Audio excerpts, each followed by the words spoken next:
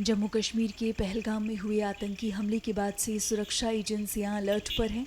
ऐसे में पहलगाम आतंकी हमले के बाद जम्मू कश्मीर के अखनूर में सुरक्षा बलों की तरफ से सुरक्षा कड़ी कर दी गई है।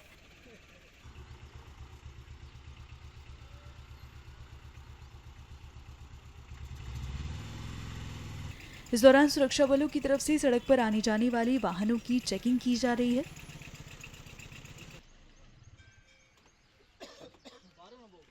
साथ ही चप्पे चप्पे पर सुरक्षा बल को तैनात किया गया है।